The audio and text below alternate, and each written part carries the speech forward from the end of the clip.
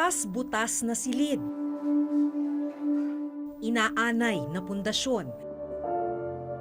At tagpi-tagping mga pader. Dito nagtitiis ang mga estudyanteng ito sa Northern Samar. Pero sa tapat lang ng lumang silid na ito, ang 3 palapag na school building na hindi nagagamit. Tapos yung school building, pero hindi magamit dahil natuklasan na may structural defect. Yung kinakatakutan ninyo, Yung vibration na baka may mag-fail, that we're not sure yet. para siyang nag-sync. Uy! Sa tent namang ito nagtitiis ang ilang senior high school student. Ang silid kasi na para sana sa kanila, poste lang ang nakatayo. Sa tagal ng pagkakatiwangwang nitong project na to, napuno na siya ng damo.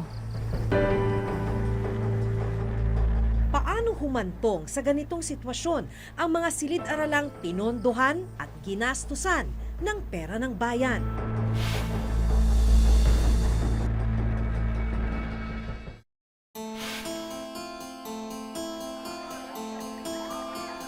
Sa gitna ng init, naabutan ng reporter's notebook na nagklaklase sa isang tent sa Alegria National High School ang 47 grade 12 students. Kabilang sa kanila, sina Allen Mariz at Shara May. Kwento nila, magdadalawang taon na silang nagklaklase sa tent.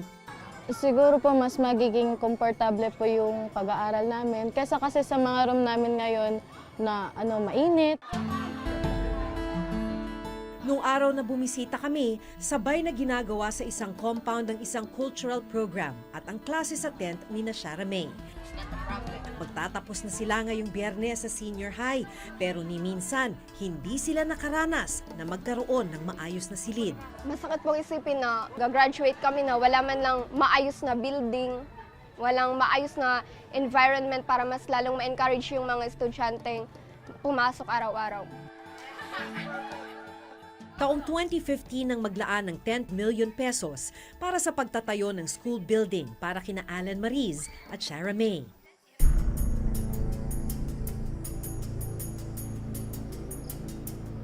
Makikita naman dito sa karatula na yung pagpapagawa nitong 2-story, 8-classroom school building nagsimula noong April 8, 2016. Ang contract cost, mahigit 10 million pesos, 10.6 million pesos. Yung contract duration o kung gaano katagal siya dapat gawin hanggang matapos ay 150 calendar days. Ibig sabihin lamang nun, sa loob ng 150 calendar days, dapat tapos na yung proyekto. Pero ito lang nasa likuran lang nung karatula, ito na yung school building na sinimulang itayo noong 2016. Wala pa rin. Itong mga steel bars na to, dapat beams. Pero banda ron, makikita mo, sa tagal ng pagkakatiwangwang, lumundoy na. Kasama namin nung araw na yon ang DepEd engineer na nakatalaga sa pag-iinspeksyon ng mga itinatayong school building sa Northern Samar. Makailang ulit na raw inilapit ni na Engineer Ultra ng DepEd Region 8 ang problemang ito sa DPWH. Maski raw kasi sila, hirap na sa kalagayan ng mga bata. Eto ma'am, gano'n na ba katagal itong nakatiwangwang? Yeah, April 8, 2016, yung effectivity. Nag-start yun eh. Yes. Oo. Bumalik kayo rito ng May. Nag-monitor kami, nag-document kami nung May 25, 2017. Ganito na itsura Ganito na niya. yung itsura niya. At hanggang ngayon, ganito, Ganito pa rin. So ano nakakatakot yan? Pagka structural integrity yung pinag-uusapan. Ang tagal na niyang nakatiwangwang na ganito. Yung mga steel bars kasi niya, kalawangin na. So, yung strength niya is apektado. Base sa dokumento ng DPWH Region 8 na gumawa ng proyekto, 40% completed na raw ang gusali. Ang problema, poste lang ang inabutan naming nakatayo. Galing sa DepEd National ang pondo, pero ang Department of Public Works and Highways o DPWH Region 8 ang implementing agency sa pagtatayo ng mga gusali. Kaya naman ganun na lamang ang panghihinayang ni na Allen Mariz at Shara May sa dapat sanay maayos nilang silid-aralan. Kung hindi natigil yung building namin na yun, siguro mas komportable tsaka mas mas matututo po kami kasi maganda po yung yung environment. Nakukulangan po ako sa aksyong ginagawa ng gobyerno, pati na rin po ng school namin kasi dapat bago kami magtapos, makita na namin talaga yung solid na talaga na structure ng building namin.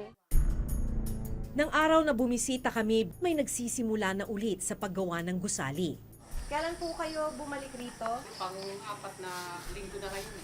Pang-4 na linggo po ngayon.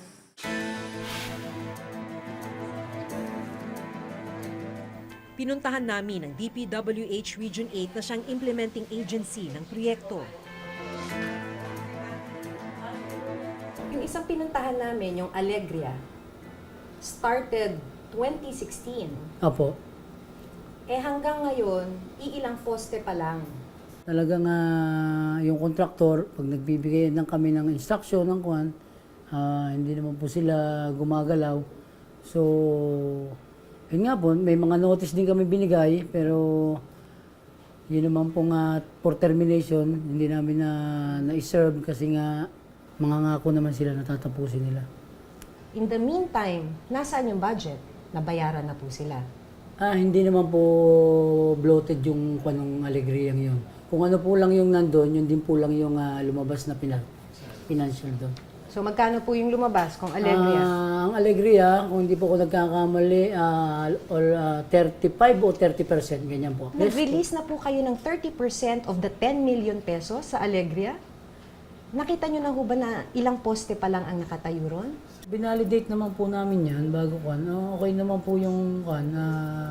Sa tingin naman po namin, sa validation namin, hindi naman po nag-over yung payment namin.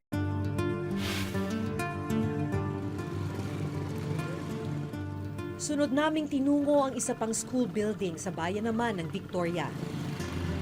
Dahil lubak-lubak ang kalsada at nasa bulubunduking bahagi ito ng Samar, habal-habal lang ang nakararating dito. Hindi nalalayo sa una naming napuntahan ang nadatnan naming kalagayan ng school building dito sa Lungib Elementary School.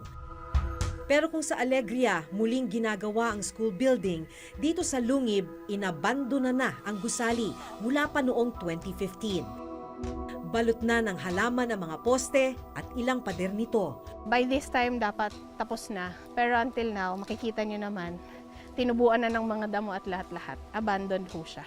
Kasi yung last na nag-visit ako dito was 2016 at ganito na yung itsura niya. And then hanggang ngayon, hindi pa rin siya nagagalaw. Ang budget allocation para rito, 2.8 million pesos. Sa dokumentong galing mismo sa DPWH Region 8, idineklarang 100% completed na ang gusali kahit poste at ilang pader lang naman ang nakatayo. As of January 31, 2018, ang supposedly one-story, 3 classroom dito sa Lungib Elementary School ay 100% completed. Pero kung makikita natin ngayon yung status ng building, hindi naman siguro natin masasabing 100% completed siya. Para sana sa mga grade 6 student ang inabandon ng school building.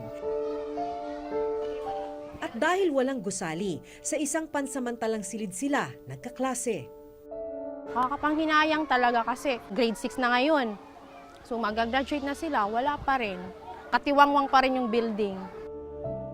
Minsan malakas yung ulan, hindi niya magkarinigan. Yung 100% completed po ng DPWH ay poste lang. Pacheck ko po yun, hindi po masyadong kan sa akin yung ib na yun. Bakit ho ganito ang sitwasyon ninyo? Nagiging problema nga po, yung mga kontraktor minsan, kahit anong instruction, minsan hindi sumusunod, nagkakaroon ng problema. Yes, Ayaw ma'am. sumunod sa inyo ng kontraktor, kaya napakaraming school buildings dito sa distrito nyo ang hindi tapos, ang abandonado, kaya may structural defect? Yun po, nakikita namin problema. Tapos yung iba naman po, may mga project location na problem.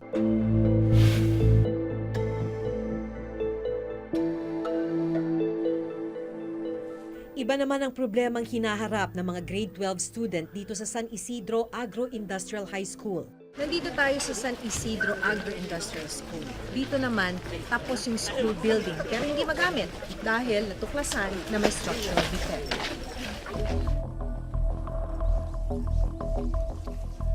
Ilan pong classroom to? 6. 6. 2 classrooms per level. Sayang naman. Ano ang problema nito? May nakita kaming mga circular cracks sa slab, sa flooring, sa second and third floor. Pero nang pasukin namin ang isa sa mga silid, tinakpan lang ng kontraktor ng red cement ang sahig. Hindi naman natanggal o naayos ang crack sa sahig. Kita pa rin ang paglundo nito.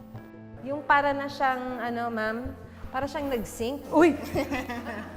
Ganun ba kaya tindi to, sir?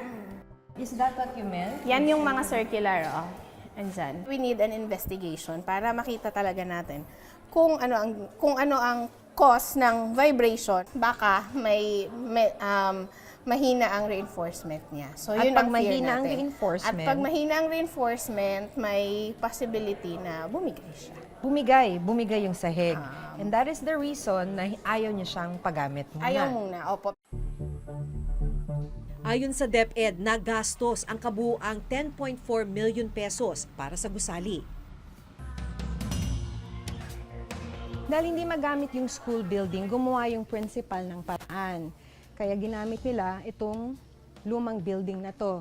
Nilinisan, pero dahil hindi na talaga maitatago yung kalumaan. Tignan niyo to. Wala nang dingding. Tapos, makikita yung ibang natitirang poste, talagang inanay na.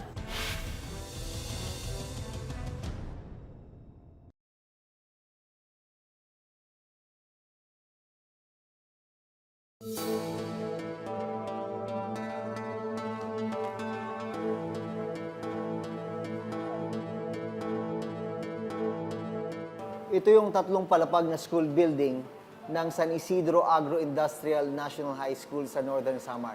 Pero dahil sa natuklasang structural defect ng gusali, hindi ito magamit. Dahil hindi magamit yung school building, gumawa yung principal ng paraan. Kaya ginamit nila itong lumang building na to. Nilinisan, pero dahil hindi na talaga maitatago yung kalumaan. Tignan niyo to. Wala nang dingding. Tapos, makikita yung ibang natitirang poste, talagang inanay na. Kaso, meron pa namang serviceable na espasyo, may 3 lumang classroom dito na ginagamit ng grade 11. At wala naman kasi silang choice. Talaga naman kasing wala nang ibang espasyo, kailangan daw nila itong pagtiyagaan. Ano nararamdaman ninyo? Nawalang... Medyo minsan pag umuulan, tumutulo po yung room. Pumapasok yung ulan sa room. Pagka umuulan, Opo, kasi okay lang po yung bintana. Tsaka dahil po marami kami, 50 po kami sobrang init po, parang hindi na conducive yung room para sa amin. Lalo na po kung tirik na tirik po yung araw, mula po alas 8 hanggang alas 11. Ang init-init po talaga rito. nasaan yung araw? Minsan po dito po. Diretso. Opo, tapos wala po kaming mga bintana, kaya mas lalo pong mainit rito. Pag nakikita nyo yung building, na dapat yun yung classroom ng grade 11. Nakaka-disappoint po, nakaka-disappoint po talaga kasi yung intention po talaga namin dito, kaya po kami nag-enroll dito. Kasi po, ito yung building na una-una pong napatayo rito sa barangay namin. Pero nakaka-disappoint po kasi hindi namin magamit-gamit kasi marami daw crack. Nilinis muna namin yung lahat dyan. Inirereklamo rin ng principal ng San Isidro National High School ang pagkakagawa ng gusali. Pumuntang taga-DPWH dito, sabi nila na pipirmahan na daw yung acceptance. Kasi tapos na. Kasi tapos na, ito turn over na nila. Sabi ko, ay hindi ko yan pipirmahan. Pasensya na po kasi alam naman ninyo na may reklamo na ako. Kaya ayusin muna ninyo bago ako pumirma dyan. Sabi ko, halika, punta tayo sa loob. Ito, kailangan ba na i-accept ko ito na pag inaapakan ng ilang tao lang, nagbabibrate, parang mahuhulog ka na. Sabi ko, kayo mga engineers kayo, ako teacher lang ako. Kaya, ano ang assessment ninyo yan? Mga engineer kayo, ano ang assessment ninyo yan? Pwede ba yan? Okay ba yan? hindi sila kumibo. Nagkuhan po kami dyan. Memo ako dyan sa mga inspectorate team. So, binalidate po nila. Mayroon pong gagawin kami dyan correction po. Bakit ho umabot ng ganito? Tumayo po ako dito eh. Naramdaman ko yung pagyanig ng sahig nito eh. Kahit anak ko, hindi ko papaakyatin sa second floor nito, sir. Pero willing naman po yung ko na i-correct yan. Pero yun ang gusto kong malaman. Paano to nakumpleto ng ganito, buong-buo, at may major structural defect? You recognize po na may major structural defect. Meron naman po. May defects po na... Yun nga po, yung slab niya may problema. So yung slabs po may problema. Ang laking problema po nun. Bakit umabot sa ganito? Ang ibig sabihin po ba nito, gagastos uli kayo? Ay, hindi ma'am. At the cost of the contractor. Cost of the contractor po yan. Ang masaklap, habang hindi pa naayos sa mga problema sa gusali, hindi pa rin ito mapakikinabangan ng mga estudyante. So paano to? Useless na to. Yeah, sa ngayon, building na useless to. siya. Pero yun nga po, kailangan natin yung pa-investigate at managot at kung anong magiging recommendation ng structural engineer na mag-i-investigate, then yun dapat ang ipa-undertake ng DPWH sa nag-construct nito. Nandito tayo ngayon sa opisina ng isang structural engineer at ipapasuri natin yung iba't ibang school building na binisita ng ating team sa Northern Samar. Ang reklamo dito ay lumulundo na. Ano pong senyales yung pag nakikita niyo lumulundo na?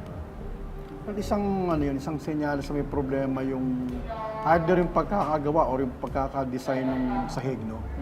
Usually, we don't expect any deflection or paglundo ng isang sahig, lalo na't hindi pa siya occupied ng mga estudyante. Based on my professional opinion, hindi normal yung ganung paglundo sa sahig ng isang paaralan. Yung nakikita niyo po, ayan, halos walang narating. Ano ang mangyayari sa bakal pag naka-expose ng ganong katagal? Kokoro, dumihina.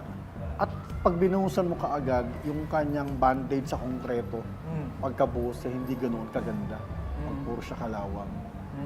So, the structure will not behave the way it was designed. Ayon sa DepEd, malinaw na may dapat managot sa mga nangyari sa mga binisita naming school building. Dalawang tinatamaan dyan. Tinatamaan yung pondo ng bayan. At the same time, walang mga classroom yung mga estudyante. Ang unang gagawin naman dyan is, again, to reiterate our position and our observation to DPWH. No, sasabihin namin, ito po yung status na nireport namin noon pa man. O hanggang ngayon, walang nangyari. Nagkaroon po ng mismanagement on the part of the District Engineering Office. Maaari kung hindi po natingnan ng mabuti ito. Kung po talagang may pananagutan ang kontraktor nito, ay patawan po namin ng termination at saka bigyan po namin ng blacklisting. Meron pong lapse ang engineering office po na yan sa pag-i-implement po ng school building project.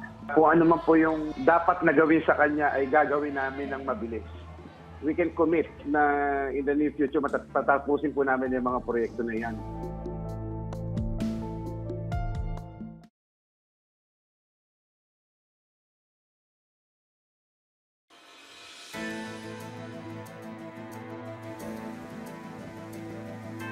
Sa mga pinuntahan naming school building, nasa halos 20 milyong pisong halaga ng pondo ng bayan ang ginastos. Pero ngayon, hindi naman napakikinabangan.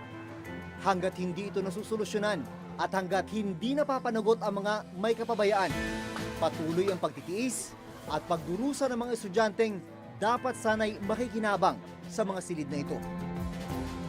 Hanggang sa susunod na Huwebes, ako si Jun Veneracion. Ako si Maki Pulido at ito ang nakatala sa aming Reporter's Notebook.